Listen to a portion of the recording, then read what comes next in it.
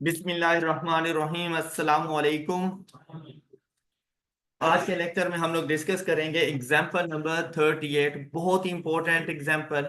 Requirement देखें। In the light of requirements of IFRS, prepare accounting entries from the above information for the year ended 31st December 2014, including correcting entries as on 31st December 2013। अब basically हमारे FR1 में एक chapter है, chapter number 6, correction of errors, rectification of errors के नाम से।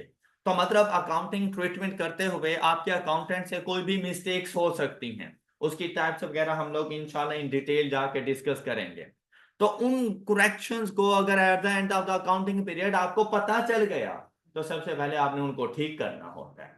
तो यहां पर भी मतलब कि कहीं ना कोई एरर हुआ है, कहता है कि सबसे पहले उस एरर को ठीक करना और उसके बाद मुझे जाकर सिर्फ क्या बताना है, 31 दिसंबर 2014 के लिए जर्नल एंट्रीज बतानी है।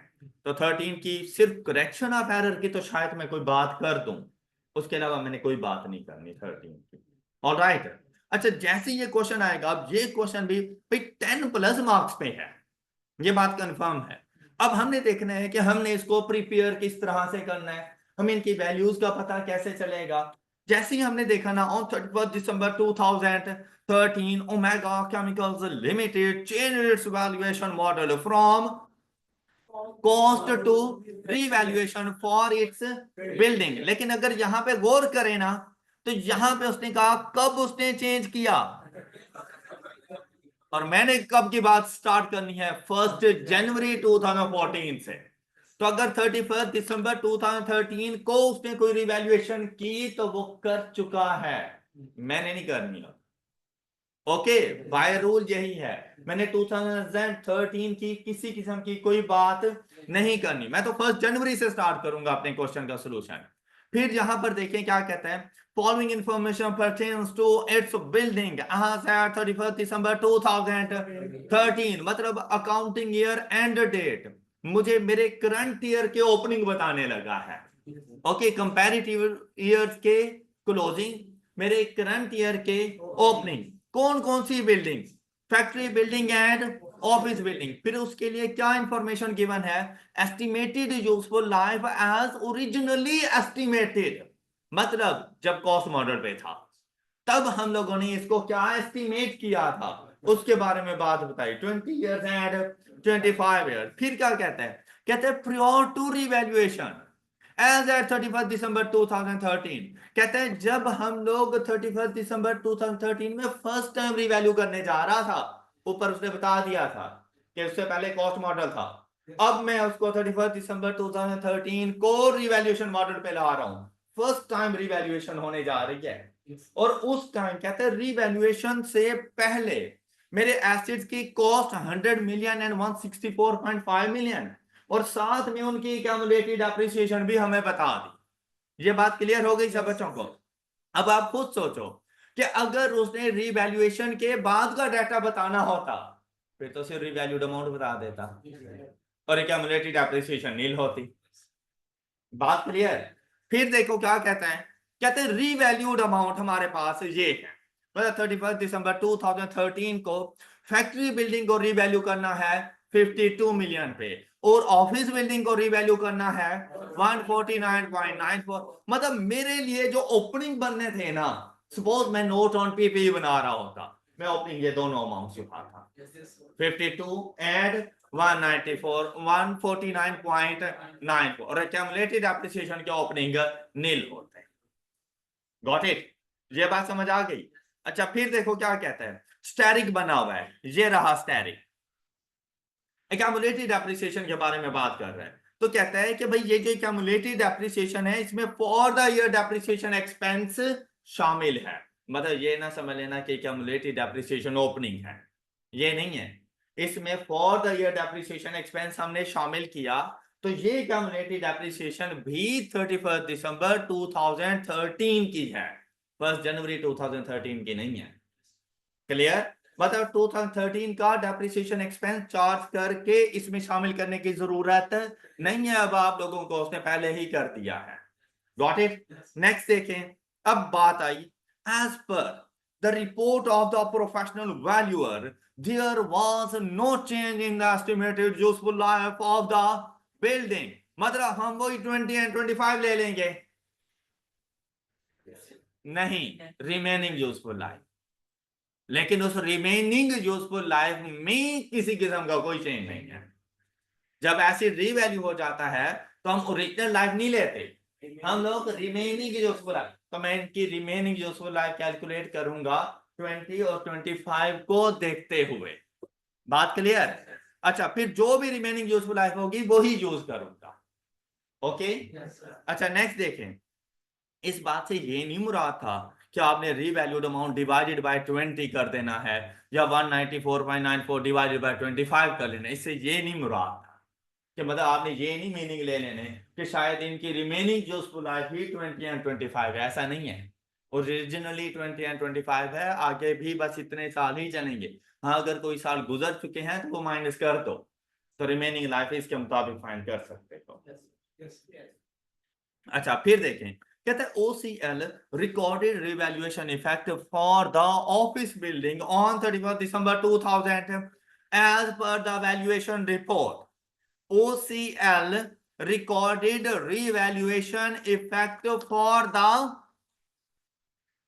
ऑफिस बिल्डिंग, मतलब के फैक्ट्री बिल्डिंग की तो बात ही नहीं की। कहते हैं ऑफिस बिल्डिंग का जो रिवैल्यूएशन का इफेक्ट था वो उसने 31 दिसंबर 2013 को रिकॉर्ड कर दिया, तो उसके बारे में मुझे कुछ करने की जरूरत नहीं है। ओके हो गई बात?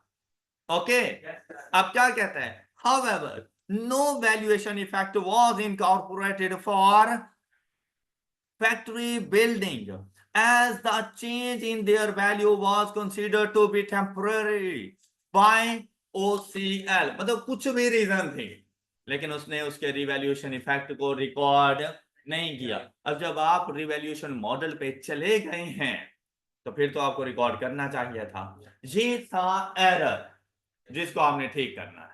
और ये एरर कौन सी बिल्डिंग पर है और क्या एरर है कि उसने रिवैल्यूएशन को रिकॉर्ड नहीं किया, हम जाके रिकॉर्ड कर देंगे। बात समझ आ गई? क्या रिकॉर्ड करेंगे हम? एक्यूमुलेटेड एप्रिसिएशन को सबसे पहले ट्रांसफर करें, उसमें कोई इशू नहीं है। एक्यूमुलेटेड एप्रिसिएशन में क्या, accumulated appreciation account to factory building account, तो बाय रुपीज 37.50। बात क्लियर? अब देखो 100 का एसिड लेस हुआ 37.50 से, बाकी वैल्यू आपके पास बच गई 62.50 WDV ऑफ द एसिड। ये बात क्लियर? और उसको लेकर आना है हमने, तो एसिड में डिक्रीज है कितना, 10.50 का। क्या रिकॉर्ड करूं?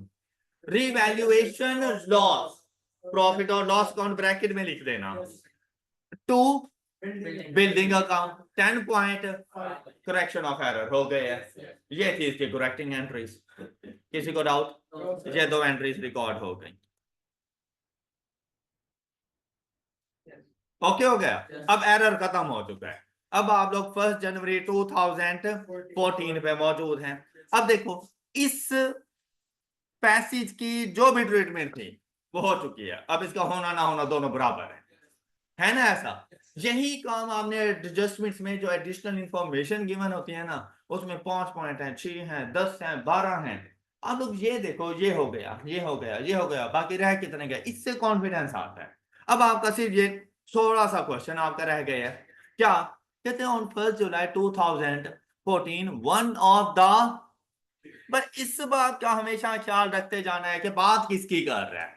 जिस तरह मैं ये हाईलाइट कर रहा हूं ना, पढ़ते हुए आपने करना है अपने पेपर के ऊपर। क्या आपको पता हो कि भाई ये वाला जो पॉइंट है ये ऑफिस बिल्डिंग का है, ये वाला पॉइंट फैक्ट्री बिल्डिंग का है।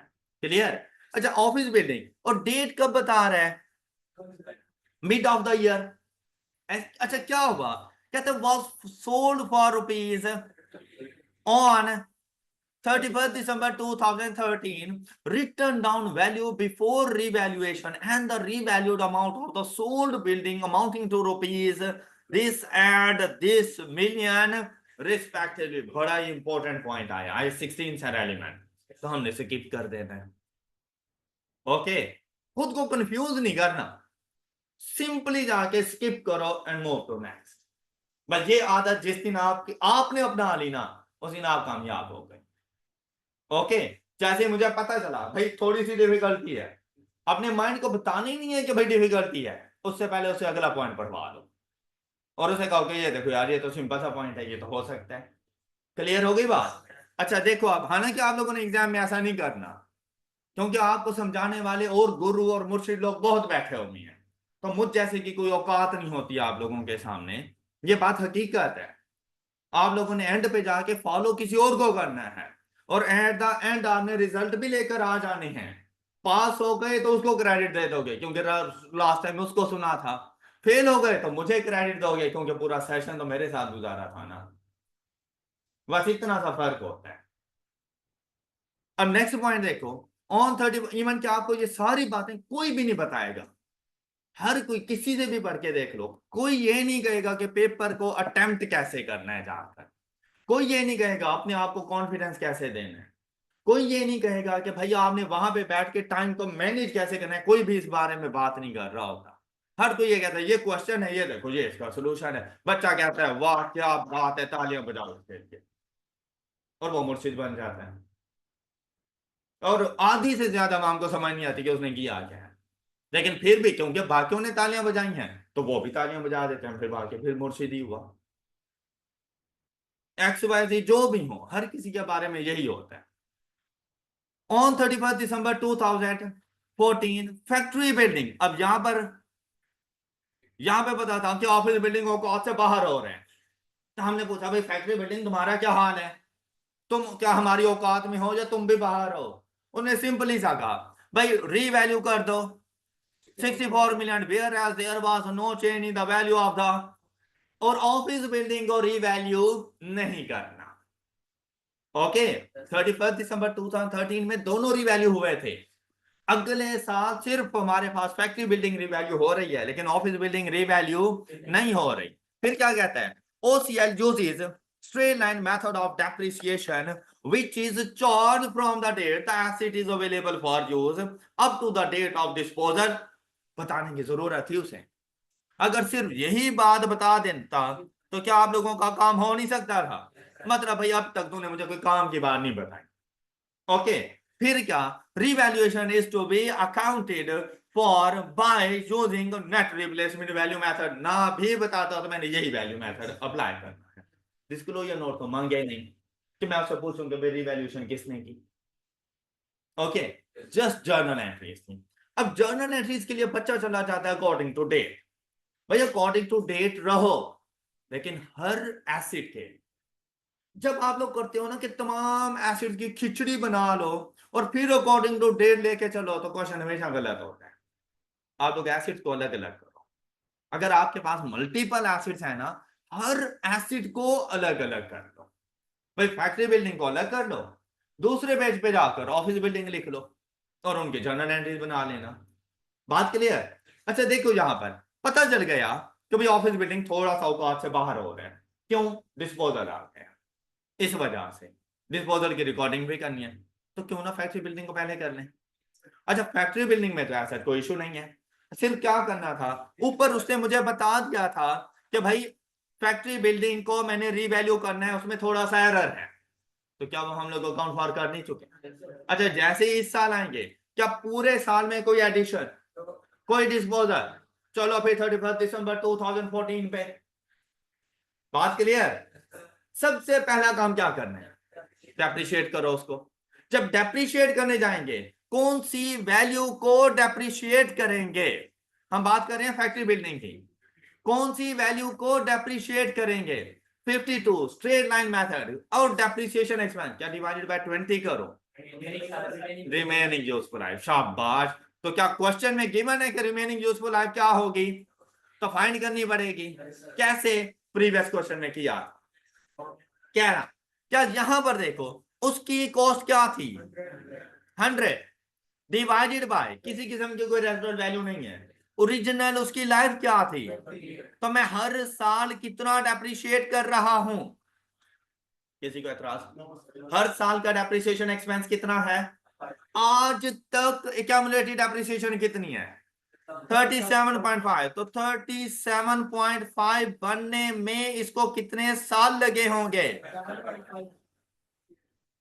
ऑलराइट। तो भाई 31 दिसंबर 2013 तक उसको 7.5 इयर्स हो चुके हैं। तो बाकी कितने रह गए? तो 20 में से लेस कर दोगे तो रिमेनिंग लाइफ, किसी को एतराज? डिवाइडेड बाय, तो डेप्रिसिएशन एक्सपेंस क्या आ जाएगा? 4.16। ये जाके रिकॉर्ड कर दोगे। क्या एंट्री रिकॉर्ड करोगे? Depreciation expense account debit and accumulated depreciation credit by 4.16 all amounts in rupees million. Okay हो गई बात? फिर सोचो, फर्स्ट टाइम जब रिवैल्यू किया था तो इसके ऊपर रिवैल्यूएशन लॉस था, याद आया? 62.5 से 52 पर आया था। तो मतलब दूसरी एंट्री कोई नहीं रिकॉर्ड हो। जब रिवैल्यूएशन लॉस हो तो eight the end of the accounting year एक ही एंट्री रिकॉर्ड होती है, डेप्रिसिएशन एक्सपेंस। लेकिन लॉस की एडजस्टमेंट होती है, सिर्फ एंट्री में शो नहीं हो रही होती, क्योंकि रिटेन अर्निंग ही डेबिट हो रहा है और रिटेन अर्निंग ही क्रेडिट। तो मतलब एक ही पॉकेट से पैसे निकाले, फिर वहीं पे वापसी दोबारा उधर ही रख दिए, इवन के पॉकेट तक नहीं चेंज की। ऑलराइट, तो फिर कुछ करने की जरूरत नहीं। ओके, अब देखो कि 52, अब देखो दोबारा से रीवैल्यू हो गया। जैसे ही रीवैल्यू हुआ, पहला काम एक्यूमुलेटेड डेप्रिसिएशन ट्रांसफर करो। कितनी है एक्यूमुलेटेड डेप्रिसिएशन? जितनी अभी चार्ज की 4.16 की, ये जाके रिकॉर्ड करोगे एक्यूमुलेटेड डेप्रिसिएशन डेबिट और फैक्ट्री बिल्डिंग क्रेडिट बाय 4.16। अब आपके एसिड की WDV क्या है? 52 में से 4.16 गया 47.84 और रीवैल्यूड अमाउंट क्या है? 64। रीवैल्यूएशन अब बाय रुपीज 16.16 16.16 बिल्डिंग को, फैक्ट्री बिल्डिंग को डेबिट कर दो 16.16। लेकिन क्रेडिट किसको करें? तो इससे पहले लॉस था, कितने का लॉस था? 10.50 डिवाइडेड बाय जो ट्रीटमेंट इसके साथ किया था 12.5। क्या वैल्यू आ गई? इतना लॉस एडजस्ट हो चुका है। ओके, बाकी कितना रह गया? 10.5 में से 0.84 लेस कर दो तो बाकी हमारे पास लॉस कितना रह गया?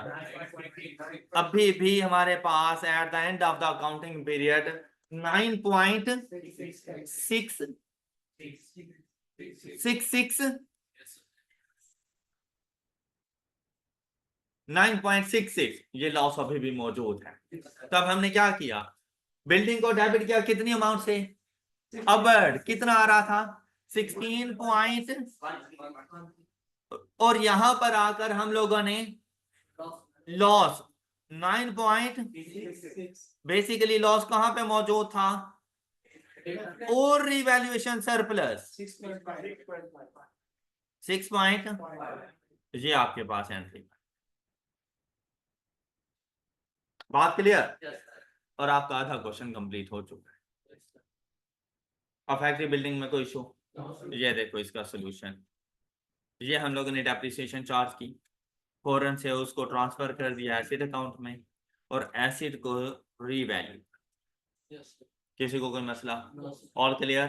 चलिए गुड, शाबाश। अब बात करते हैं अपने फेवरेट ऑफिस बिल्डिंग की। अब देखो, जब आपको ये पता चल जाता है कि भाई तकरीबन आधा क्वेश्चन तो हो ही चुका है, सपोज अगर 10 मार्क्स का भी हो, 5 ना सही 4 तो बन ही चुके हैं ना, है ना ऐसा? तो क्या आप में कॉन्फिडेंस नहीं आ जाता? आता है भाई, जरूर आता है कॉन्फिडेंस। लेकिन अगर स्टार्ट ही आप लोग जाके कर लेते ऑफिस बिल्डिंग से, तो फैक्ट्री बिल्डिंग की तो वैसे ही डेथ हो जाती। और मतलब वो एक ऐसा प्लेयर जो नॉन स्ट्राइकर एंड पे खड़े खड़े रन आउट हो गया, तो उसे मतलब मौका ही नहीं मिला और आपने उसको रन आउट करवा दिया, क्योंकि स्ट्राइकर एंड पर तो आ गया था ऑफिस बिल्डिंग। ओके, और उसने वक्त डाल दिया फिर आप लोगों को, तो आपने ऐसा नहीं कर, तो स्ट्राइक रोटेट करवा दो, बस इतनी सी बात है। दूसरे प्लेयर को परफॉर्म करने दो, अगर आपसे नहीं हो पा रहा तो यहां पर भी बिल्कुल वैसे ही कर लो। अब क्या करना है, ऑफिस बिल्डिंग के बाद जैसे ही आए भाई, इसके ओपनिंग में तो कोई मसला नहीं था, तो अब आपके पास इसका ओपनिंग है कितना, 149.94। अब इसके लिए भी तो हमें देखना पड़ेगा कि भाई इसकी रिमेनिंग यूजफुल लाइफ कितनी है। सेम मेथड जो आपने पहले किया था, क्या 164.50 divided by per year depreciation expense 6 point, और टोटल कितना डेप्रिसिएट कर चुके डिवाइडेड बाय 6 पॉइंट, तो कितने साल लग गए। ऑलराइट, तो बाकी कितने बच गए। चलो ये मसला तो खत्म हो गया कि लास्ट रिवैल्यूएशन पर हम लोगों ने जो इसकी रिमेनिंग यूजफुल लाइफ लेनी है वो है 21। बात क्लियर। अच्छा, अब इसका डिस्पोजल, अब आपको याद है आपने डिस्पोजल पहले भी किया था, लेकिन आपको क्या याद है कि उस टाइम पर तब 4 एसिड थे, चारों की बर्थ एक जैसी थी, रिवैल्यूएशन सरप्लस भी डिवाइडेड बाय 4 किया तो आ गया। यहाँ पर वैसा नहीं है, तो उसने आपको अलग से बचा भी तो दिया है, हाँ, कि उसके ऊपर रिवैल्यूएशन सरप्लस कितना आ रहा है, कैसे, कि यहां से मुझे पता चलेगा कि 149.94 में से डिस्पोज्ड एसिड की रीवैल्यूड अमाउंट, ये देखो क्या कहता है, return down value before revaluation and revalued amount, तो रीवैल्यूड अमाउंट कितनी है। तो बेटा जो आप डिस्पोजल करने जाओगे ना, और आप लोगों ने अपनी ऑफिस बिल्डिंग को क्रेडिट करना है, वो करोगे 31.92 उसके रीवैल्यूड अमाउंट पर। हाँ जी, ओके, ये देखो, ये जरा समझते जाना। डिस्पोजल की एंट्री, ऑफिस बिल्डिंग को क्रेडिट किया by revalued amount of office building, dispose कितना 31.9। किसी को एतराज। अच्छा, ये कितना अर्सा डेप्रिशिएट हुआ होगा, सिर्फ 6 माह, क्योंकि ये जब हमारे पास आया ओपनिंग में उस टाइम पे रीवैल्यूड अमाउंट पे था, एक्यूमुलेटेड डेप्रिसिएशन नील थी, तो हम लोगों ने सिंपली क्या करना है, 31.92 डिवाइडेड बाय मल्टीप्लाइड बाय, तो वैल्यू आ गई, कितने में डिस्पोज किया, 30 मिलियन, बैंक अकाउंट को डेबिट करो। बात क्लियर। तो अब खुद देख लो प्रॉफिट है या लॉस है, क्या है, कितने का, क्या फाइंड कर नहीं लोगे, कोई मुश्किल था, खुद बताओ, क्या मुझे कोई फर्क पड़ा इसके ऊपर, इवैल्यूएशन सरप्लस है, लॉस है, क्या है, क्यों है, कैसे है। तो चीजों को मुश्किल आपने खुद बनाना है, आप पे डिपेंड करता है कि आप इसको मुश्किल बनाना चाह रहे हो या नहीं, आप पे डिपेंड। बात क्लियर। अच्छा, फिर यही वजह होती है कि अब सिलेबस एंड करने में और अच्छे से पढ़ाने, मार्क्स लेना बेटा बड़ी कोई मुश्किल बात है, सिलेबस एंड करना, तो मैंने जाके पेपर देना है, तो अल्हम्दुलिल्लाह मुझे तो आता है यार, मैं तो अगर यहाँ पे जल्दी जल्दी भी करूं तो मेरे लिए तो कोई मसले वाली बात ही नहीं है। क्या आपको बात समझ आएगी, और अगर आज आपको बात समझ ना आई और एग्जाम में ऐसा कोई पॉइंट आ गया, तो क्या अगली अटेम्प्ट में किसी और टीचर को देखोगे। हजारों टीचर मौजूद है अल्हम्दुलिल्लाह, FR1 का तो कंपटीशन ही बड़ा हाई है, एक से बढ़कर एक टीचर बैठा हुआ है, और ये बात हकीकत है, सबसे ज्यादा मार्केट में जो कंपटीशन है ना वो अकाउंटिंग के टीचर्स का है, क्योंकि यहाँ पर ऐसे ऐसे लोग भी बैठे हुए हैं जिनके 20 इयर्स प्लस एक्सपीरियंस है, और माशाल्लाह बड़े अच्छे टीचर बैठे हो, तो उनको compete करना बड़ा मुश्किल होता है। तो यहाँ तो वैसे ही, अब आप खुद सोचो कि क्या हम लोग बगैर मेहनत के इस मार्केट में सरवाइव कर सकते हैं, बड़ा मुश्किल है काम, तो हमें उनके लेवल पे जाके मेहनत करनी पड़ती है। अच्छा, अब यहां पर देखो, जहां तक मैं पहुंच गया, मैं आपको बात बता रहा हूं बहुत सिंपल सिंपल कि हमने मार्क्स कैसे लेने हैं। तो अगर सपोज मैं अगर आपसे ये कहूं कि भाई इसका डेप्रिसिएशन एक्सपेंस बताना फॉर द ईयर, तो क्या मुझे डेप्रिसिएशन एक्सपेंस नहीं बता सकते। सिंपल सी बात थी, क्या आप मुझे कहते हैं कि सर हमारे जो रीवैल्यूड एसिड्स की जो रीवैल्यूड अमाउंट आई थी ओपनिंग, वो कितनी थी, कुछ ऐसे ही था ना, ये देखो, हाँ स्ट्रेट लाइन मेथड है। फिर आप मुझे कहते हैं कि सर इसमें से एक एसिड डिस्पोज हुआ, उसकी रिवैल्यूड अमाउंट माइनस कर दो, बाकी को डिवाइडेड बाय 21 कर दो। बात क्लियर? वैल्यू क्या आती?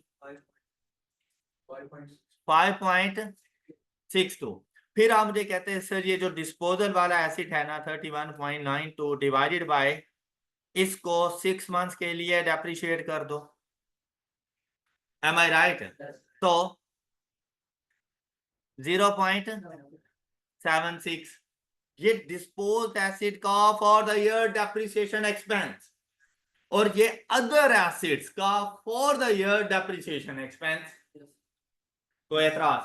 अच्छा अब क्या हो रहा है, इन्होंने ना, ये आपकी चॉइस होती है, आप चाहो तो मुझे, क्या आप इसका टोटल बता सकते हो? 6.38। भाई आप चाहो, और आप ऐसे ही चाहना कि depreciation expense for the period हमेशा एंड पे जाके रिकॉर्ड कर देना, और इन टोटल क्या डेप्रिसिएशन एक्सपेंस, चाहे ड्यूरिंग द ईयर डिस्पोजल हो रहा है, एडिशन हो रहा है, कुछ भी ना सोचना, depreciation expense eight the and he charge करना, और इन टोटल। ऑलराइट, तो eight the end of the period आप लोग चले जाना 31 दिसंबर 2014, depreciation expense account debit accumulated depreciation account credit by ₹6.3 और वर्किंग का रेफरेंस है। क्लियर? आप एक जर्नल एंट्री से बच गए। अब आपको ये रिकॉर्ड करने की जरूरत है, और ये जो उसने रिकॉर्ड की है इसको आप रिकॉर्ड कर दोगे 6 पॉइंट, बेसिकली अब उसने भी ऐसे ही किया हुआ है, लेकिन सिर्फ फर्क क्या है, ये देखो 5.62 प्लस 0.76, तो depreciation expense for the year कितना चार्ज कर रहा है? बात तो एक ही है, बचाएगा तो उसी साल के ही स्टेटमेंट के अंदर ना, तो कोई इशू वाली बात तो नहीं है ना, तो भाई अलग से उसको रिकॉर्ड करने की जरूरत नहीं। किसी को एतराज? सारी बात क्लियर? अच्छा अब जो स्टोरी आती है ना असल वाली, वो है रिवैल्यूएशन सरप्लस। अगर लॉस होता तब भी शायद कोई इतनी टेंशन वाली बात नहीं थी, लेकिन रिवैल्यूएशन सरप्लस था। अब पहले तो ये देखो कि एसिड के ऊपर टोटल रिवैल्यूएशन सरप्लस कितना था। अब देखो कितना था, मैंने जब अपने एसिड को लास्ट ईयर में रीवैल्यू किया, तो मेरे एसिड की डब्ल्यूडीवी क्या आ रही थी?